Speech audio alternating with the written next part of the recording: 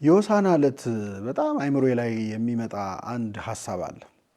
የሐሳብ ምንድነው? ብዙ ጊዜ ዓለማችን መናገር ያለባቸው ዝም ሲሉ፣ ዝም ማለት ያለባቸው ደግሞ ሲናገሩ ይታያል። ይህንን እውነታ የሆሳዕና ዕለት በተለይ በጣም አስበዋለሁ። ሁለት የመጽሐፍ ቅዱስ ታሪኮችን በጋራ ስናስተያይ ይህንን ነገር እንድናስብ ያደርገናል። የመጀመሪያው የበለዓም አህያ ታሪክ ነው። እንደምታውቁት የበለዓም አህያ አፍ አውጥታ በሰው ቃል የተናገረች አህያ ነበረች።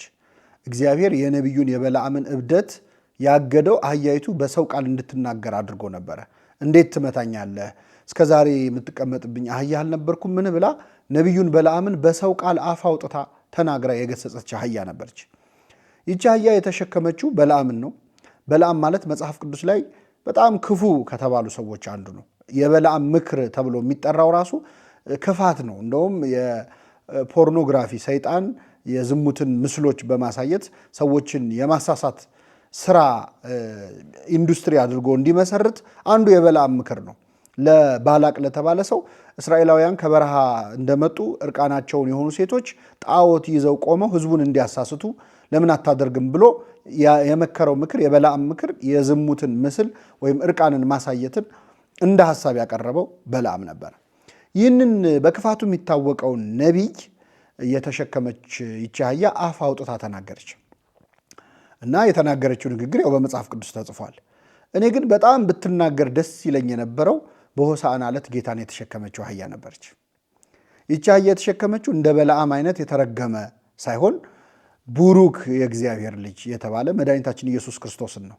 በዚች አህያ ላይ የተጫነው የኃጢአትን ምክር የክፋትን ምክር የሚመክር ሳይሆን የሰውን ድህነት የሚያስተምር ወንጌልን ይዞ ወደ ምድር የመጣ መድኃኒታችን ኢየሱስ ክርስቶስን ነው። በእርግጥ ይቺ አህያ በላይዋ ላይ ክርስቶስ አርፎ በተጓዘባት ጊዜ ምን ተሰምቷት ይሆን? ምንድን ነው አምላክን መሸከም የሚፈጥረው ስሜት? እኛ የበለዓም አህያ ድምፅ ብዙም አያስደስተንም። ምክንያቱም ልትነግረን የምትችለው ብዙም ነገር የለም።